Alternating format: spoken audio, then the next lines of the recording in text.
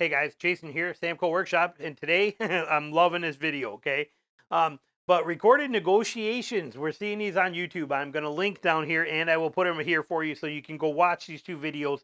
Both of them are fantastic, and we're seeing more and more of these videos now where technology is there. People are recording their negotiations with dealers. They're recording their sales interaction with dealers, okay, on buying a new car. They're recording the audio of these whole things. It is legal in many places. Some places it may not be, but these guys are doing it, and mostly legally. It's funny. I watched both of these ones down here are great, but one of them that you will see, it actually says on here, it says re-upload, because that dealership told him, hey, we want our name pulled out of this. Okay, do not use our name in here of our dealership. We don't want that in here. So he had something like 1 million views on that first one in like a matter of 3 weeks. And then he had to pull that and re-upload it, and now it's dead in the water. It's not going very far, very fast. Hopefully it continues to for him, because it was a fantastic video. And then this guy here, this other one, whatever it is, Delivered or whatever it is, I can't remember his name, but he had a really good one here, and it looks like he's got other ones on there that I haven't dove into yet. But the key is the writing is on the wall. All right, this is it. This is education for us.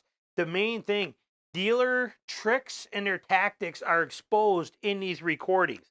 We see everything that they do, everything that I've told you before, everything that I teach in my course. I have a course on how to buy cars and stuff. Okay, I don't even push it anymore. I've had it now for 5 years. It's made me a ton of money, and it's helped people save thousands and thousands and thousands of dollars. Like 600 people save a fortune on these cars in here. May not sound like a lot, but I was proud of it. It's still there if you want to look at it. It's in the description. But point is, today we're getting more and more of this information for free because of these kind of things. So what do you look for when you're in and you start watching these videos if you're going to research this stuff for yourself? Or if you're going to watch these negotiation videos, what are the key takeaway things that I want you to understand in there that you can use to your advantage on your car purchase? Okay, that's the big thing. First of all, this one here we put up here just for the heck of it so you notice it. Markups are removable. Okay, do not think for a second just because a dealer says they do markups that markup is not removable. Okay, 3 times on for my dad's car, for Bella's car, and for John's car, for Buddy John. But all three of these vehicles that they wanted to buy from, they were all dealerships with markups on them. Okay, $5,000 to $7,000 adjustment, dealer markup adjustments, and I was able to knock all of them off of there. Helping them buy these cars, but get rid of that markup on every single one of them without question, without fail. So markups are definitely removable. Understand that. Don't think for a second that just because a dealership says they do markups, that may not be your best deal, because it has been for me at times where even though they say they got a markup, and then I start diving on them and working on them more and more, I can actually do a better deal at that dealership than sometimes the dealer that doesn't do markups. They won't budge as much. So weigh that option carefully. The best friend tactics, you will notice this in every video. A sales guy, oh, and there's also, I didn't put it on here, but this is a problem here too, is all the freaking managers, okay? All the dang managers. You have the floor manager, you have the sales manager, you got the finance manager. Everybody's handing you off to somebody else. They're all a manager. That whole thing is just straight up stupid. It's a waste of time. Personally, I go right from the sales guy straight to the finance manager or the sales manager. But this is how they pass you off to all these different managers, and we got to go talk to my managers and do this. What the heck is a sales guy there for anyway? Then it doesn't make sense when it's the managers that do all the dealing, and you'll see that in every one of these. Okay, every single one of these things you watch, the sales guy can't do it, so you get handed off to a manager that knows nothing about everything, and you repeat the whole stupid process all over again. It's a stupid tactic. It's a joke, but that is one thing you will deal with. However, the best friend tactic, okay, this is taught to sales guys. This is a big deal. They are going to act like they are your best friend. They're going to act like they are in your corner. They want this for you. They want you to be taken care of. I am here for you. I exist to make your life better. Best friend tactics. What it does is it gets you to open up. They're going to ask you what we call fuel questions, okay? Fuel questions. What do you do for a living? How? That's awesome. How often do you go? What do you do for hobbies? Oh, you got a boat. Great, fantastic. Okay. Oh, you're an engineer and you got a boat. You know what? All they heard is you make enough money to buy something, so it's not a concern. And if you start to renege on this or back out on the deal or kind of change your attitude on it, then we can suck you back in because you need this to pull your boat. If you don't buy this vehicle, you don't buy this Tundra or this F-150, you're not going to be able to pull your boat to the lake, which means you're not going to be able to have fun on the weekends. Fuel questions, okay? How many kids do you have? 3. Oh, okay, see, but the vehicle you want now is third row. It's the only third row around that has these convenience. If you walk away from this deal, how are you going to get, you can't go over to Chevy or to Toyota and get something with a third row that still has this. These kids are going to need a way to see a TV screen back there. And look at all the cup holders we offer that they do. Fuel questions, okay? They would have never been brought up or concerned, but they want to know, and they know how many kids you have. They know what you got to do. They know what your job is. They know what everything is. The more they get, every question they ask you is fuel for them to throw back in your face. You will see that in both of these videos. 2 separate people, 2 separate dealers. You will see this tactic religiously in there. Same with the lifestyle questions. They want it to be an emotional buy. Okay. Oh, what do you do for a living? Oh, I'm an engineer. Okay, great. And then when it comes up later and you're about to walk away, like, but think about it. I mean, you're an engineer, you make good money, and you also, that means you're somebody. You got status to you. You understand what you are an important person. You should be an important person, and an important person will drive this car. Okay, this is a status symbol for them. They need that. You deserve this. You've earned this. Look at all the time you spent in college. Look at how hard you work. Look at what you've done with your life and what you built to. You deserve to be rewarded with this car. Lifestyle questions to make it an emotional buy. This is your biggest danger. When they have you sucked in emotionally, they can do anything they want to for you. Okay, I shoot wedding photography. I'm always very blunt. My prices are on my website. Everything is right there. It's been that way for 26 years, and I don't hide anything. Okay, but a lot of my colleagues in this, they're like, we don't put our prices on there. We got to get them to come in where we can sit down, and then we can do these tactics, and we can convince them you're only getting married one time in your life. It's the most important day of your life. You got to spend the money and all this kind of stuff. I never believed in those tactics. Mine is, here's my packages. Pick the one you want. Hire me if you think my work is good, and we're good to go. And it's worked for me, okay? And it's done very well. I can't complain. Ended up, I'm actually in the Wedding Photographer Hall of Fame. It's very kind of cool. But emotional, they will make it emotional by these questions. Just understand, anytime a dealer or a finance manager or a guy, anybody at the dealer, if they are asking you any questions about you, your life, what you do, what your old car is, how long you owned it, what your payments were before on it, what other vehicles you have, what's your favorite vehicle in the world, any question they ask you, it is all fuel.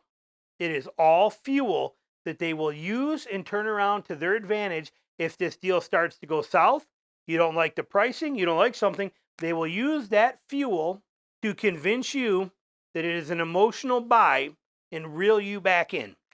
Hours and hours of training to do that for them, okay? What payment is, they never ask you what's your out the door price you're looking for. That statement has not been said at a dealership in probably 30 years. What is the out the door price you're looking to pay? Nobody will ever say it. It's always, what's payment? What kind of payment are you looking to get into? Why in the heck does that matter? I'm here to look at this Ford F-150 or Ford Maverick. I'm here to look at this Ford Maverick.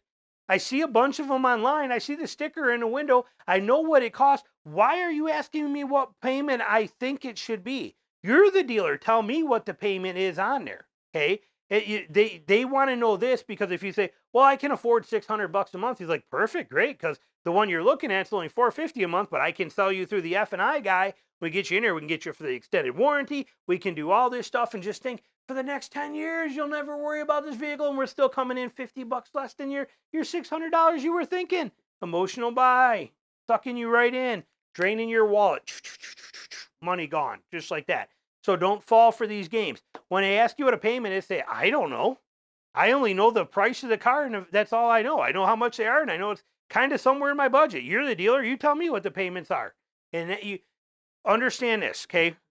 This is the key thing here. There is some, actually, I'll erase this here when I'm done, and I'm going to give you some rules, okay, when we're done. Let's finish through here. But I'm going to put a reminder here for me. Okay, rules right here. So we will clean this off and do this as a second part, because I want this video, I want you to have this. But anyway, so yeah, the payment stuff. You don't ever talk payments. Don't talk payments. Let them talk payments. Same thing applies. Notice how they're gaining fuel out of your questions. You gain fuel from their questions. Okay, we'll come back to that. Okay, and then buy rate versus sell rate. You'll see this in these. Okay, this is very interesting. The rate that a dealership gives you is not your rate. Okay, they are giving you sell rate. You get from the bank buy rate. So what happens there is the bank is going to tell you, the dealer calls the bank and says, hey, John Smith has 840 credit and blah, blah, blah. And they come back and say, well, we'll give him 5%. He's like, perfect. Okay. Dealer comes back and tells you the bank's going to give you 7%. You're like, oh, okay, perfect. I'll take 7%. No, the 5% was what the bank gave you at buy rate. That's what it was to buy the loan on that vehicle. Sell rate is what the dealer gives you, and he takes 2 points off that, 2 extra points off that. That depending on a $50,000 vehicle, that could be, you know, you could be $1,000 right there. Okay, that could very easily be $1,000 in fee if he's charging 2 points, and he doesn't get that monthly from your payment. He goes back to the bank when he's got, you know, when he's got the loan. He says, hey, we just booked you this loan, but you told us 5%, and we sold it to him for 7%. That's $1,080 difference. You send me the check for the $1,080, and they pay it right there. Bank pays the dealer right there on the spot. Right, it transfers right into their account. Boom, done. Okay, so the dealer makes an extra $1,000 off of you right off there, and you don't even know what happened. Okay, buy rate versus sell rate. You will see that in one of these videos. It's every dealership does these kind of games, plays it, and it's funny. In one of them, one by delivered, guy's like, hey, I'm only charging you 1.5%. Up on sell rate on there. I legally can go to 2.5%. Woo! Legally you can. Okay, but you're still screwing me. And the guy's like, well, I'm not screwing you. I got to make a little money. Trust me, these dealers they're keeping the lights on just fine. So anyway, keep that in mind. And you learn this stuff when you watch these videos. These guys are proving it and showing it. You are put this thing on while you're driving down the road, and you don't have to look at nothing, and because it's all audio. Put it on like a podcast and listen to it on your way to work and let this sink in so you catch on to these things. Never say the cash amount until the deal is done. One of the questions, again, it is a fuel question, but it is also a loaded question. If the car is $50,000 and you say, I'm going to put $30,000 down in cash, you will not get the same deal if you were to say, I'm only putting down $1,000 in cash. Why? Because they do not get the buy rate and the sell rate. They don't get this extra money from you here. So they got to change the numbers in the deal accordingly. Well, you know, I'm going to pay cash for it, or I'm going to put down my trade-in. I'm going to put in a trade-in on my $50,000 car. The trade-in's worth 30 grand. And they're like, okay, well, then I can't get this rate either. So it will change a deal, or they will change and lower the price of your trade to make that flexibility. The dealer does not want to lose money. And if the more info you give them, the more they take advantage of you with your set info. All right. You will hear in here too. So with the cash one, though, don't say the cash amount until the end. And if people ask me, dealers ask me all the time, well, how much are you going to put down? Probably $1,000. You know, that's what I'll say. And they're like, oh, okay. And then we do the whole deal. We get everything done on paper. I tell them I want an actual buyer's agreement. Send it to me here, this kind of thing. They send it to you through the thing. You're ready to make the deal. And then I may say to them, I decided I'm going to put down 15 grand. What do you mean? Well, you know what? I just looked, you know, I'm planning on putting 15 grand down. Change my mind. These payments you're showing me are already too high. I'm not comfortable with that. I'd rather just take the money out of savings where I can just put it in there and I'm going to put 15 grand down. Well, that's going to change the deal. Why is that going to change the deal? Now you're telling me you're screwing me over here? And then you can usually keep that going, and now you can put down the amount you want without them changing all this stuff beforehand because they already knew the information. Same on my trade-in. Well, what do you think the payoff is on your trade? Okay, let's say your payoff on it is $16,000 on your trade. I don't know. I'm guessing probably 20, 25. Oh, that high, huh? Yeah, it's probably that high. That vehicle might only be worth 23, 24,000. I'm like, I understand that. It is what it is. You know, it is what it is. Anyway, so let's work the deal out. If they don't think you have any equity in that, your deal is going to be much different than if you find out you got 7 grand or 8 grand in equity coming from that trade. They're going to take advantage of that. But if you tell them, I don't know, I owe 20, 25, they're like, this guy, the trade's worthless. We'll take it, but we're going to give him top dollar for it to try and sweeten the deal. And so he buys. Here you go. And then when the whole deal is done, and then they call and they say, hey, I need a payoff for such and such loan. Oh, really? Like, you only owe $17,000 on it. Oh, great. I thought I owed more. Woohoo, bonus. And then you just keep going on with your deal. They don't get to take advantage of you then. They could have if they knew this information up front. It was fuel. They do not have it now until after the deal is done. And if they try to back out of it then, they're cheating you, and that's a bad place to be. So there you go. And then this one right here, this is an important one. No 5 times and mean it. No 5 times to mean it, and this goes both directions. Okay? If you ask a dealer a question or sales guy, hey, can you knock 5 grand off? No, I can't do it. Okay? Don't go, can you knock 5 grand off? Can you knock 5 grand off? Can you knock? It doesn't work that way.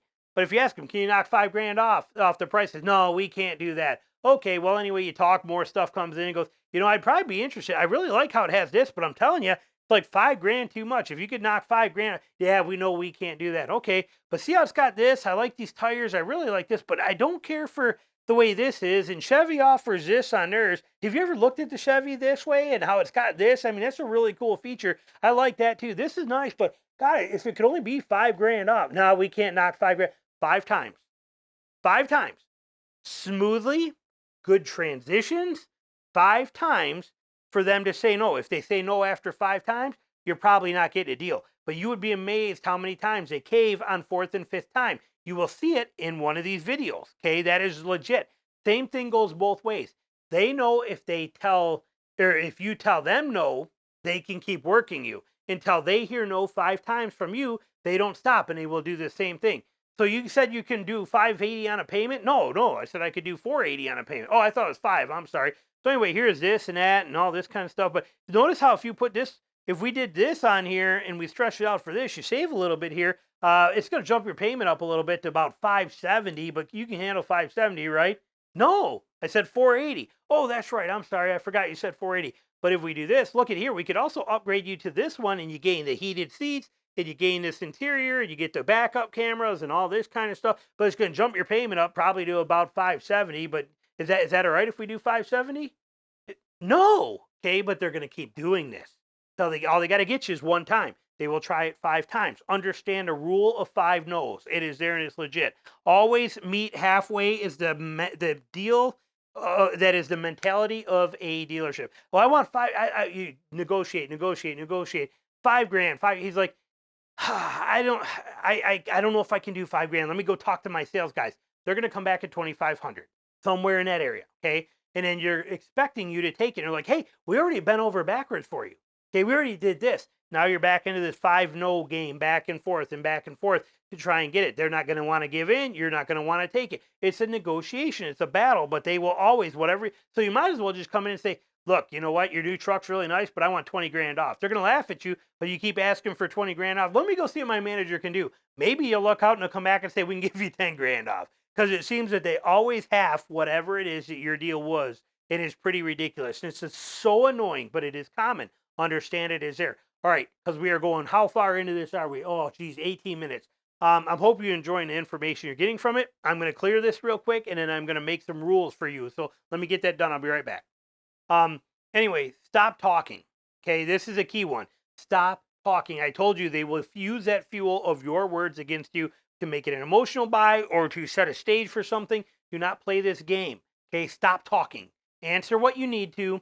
Answer it as loosely as you possibly can and keep your stuff to yourself, all right, as far as that goes. Also, play dumb. Again, I told you, like, oh, I don't know what my trade is. I'm guessing it's $25,000. The vehicle might not be worth $25,000. Is that what it is? Anyway, what's the deal work out to? Okay, it's let's see. They go back, they work the deal, and they come in. Like I said, they call, you only owe 17 grand. Oh, bonus. Nice. Put it all towards the car. You're acting dumb, and it's working for you, okay? Play dumb. Anything you say can and will be used against you. That relates back to these. I cannot emphasize that enough.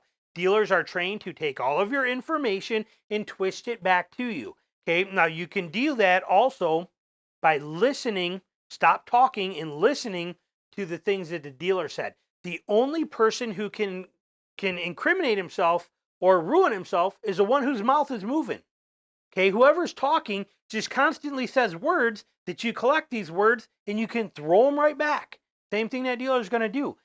Use what he says. If you're not talking, and he's not talking, it's a pretty uncomfortable conversation. So if you're not talking, he has to talk. If he talks, he's going to give up information that you can then turn around and use the same tactic back on him. Do not show your cards until requested at the end, or until required at the end. Do not give him your trade-in amounts that you, or your payoff amount on there that you know. Do not act like you know what the out-the-door price should be. Do not act like you know what the monthly payment should be. Do not act like you've researched these cars. Do not act like anything until it's necessary, because you want him to come out of the gate thinking you're an idiot, and we want him to hit you high and hard, and then you can really rack him down and show that you do. And when you start showing that you're not normally, you're not a normal easy target, and you start working him and working him, he has no choice but to hand you off. When he hands you off to the managers, that manager is going to think you're dumb too. He's going to try playing it, and then you're going to start to show him you're not. And it works like a champ. Do not give up your stuff. Another tactic, and a more advanced tactic, is bypass all that stuff, bypass the sales guy, go straight to the manager, buy your vehicles on over the phone, like what I do, and attack the sales manager right off the bat with a no BS approach, and let them know that you've done this many times, and then you get straight to it. And now your whole car buying experience is 10 minutes on the phone with each dealer, a call back an hour later to see what they can do, another call back an hour later when you negotiate with them more, but it's all done through the house. That's a whole different world that I'm not getting into. But if you're walking into dealers and you're dealing with them and you don't know how it is, don't show your cards until it's required. Best advice I got for you. Then the next one, know the answers before. Before you walk into the dealership, you should have researched exactly what these vehicles go for, how much they sell for, how much discounts people are getting, how much extended warranties cost, how much every single thing about it is, what the percentage rates that everybody's getting from every other bank. You can find all this stuff online. If you're looking to buy a car and you're about to go make a deal on it or go to a dealer, you're better spending an hour and a half to 2 hours of research online with a notepad and writing down and gathering all this information, so that you, like an attorney will never ask a question he doesn't already know the answer to. This is you. Know everything. Okay? Know everything. And then when he asks you the questions, play dumb, but know that you know the reality.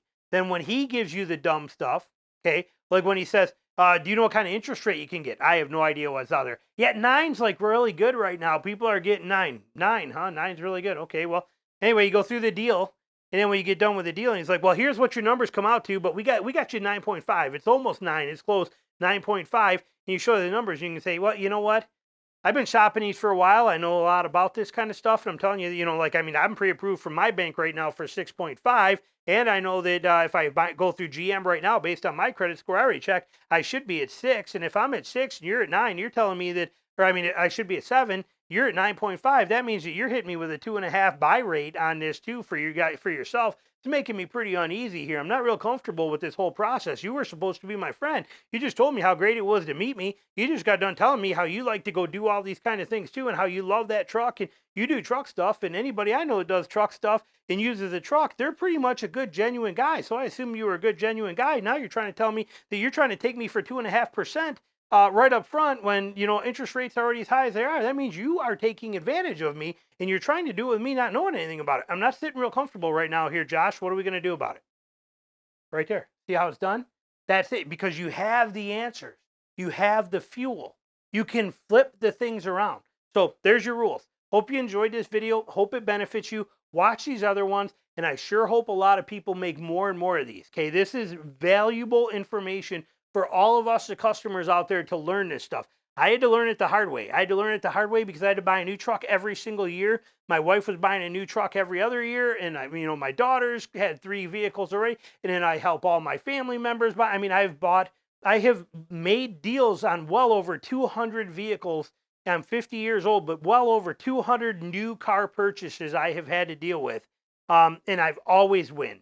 Always win. As you know, I make money on every vehicle I've owned, basically, except for my stupid Tacoma. This the first vehicle in 10 years I lost money on, buying new and selling it again. And I'm telling you, this is how this stuff works. Okay? I had to learn it the hard way through trial and error. Now, with the internet, you can watch these videos and pick up on all these things that are happening. Jot them down, note them, learn the tactics. They're now out there for us all to see, where the average person is going to buy 5 to 10 cars in their entire life, and they're going to get screwed over and over again. Watch this stuff. Learn, repeat, understand, know what we just showed you, benefit from it. Thanks for watching.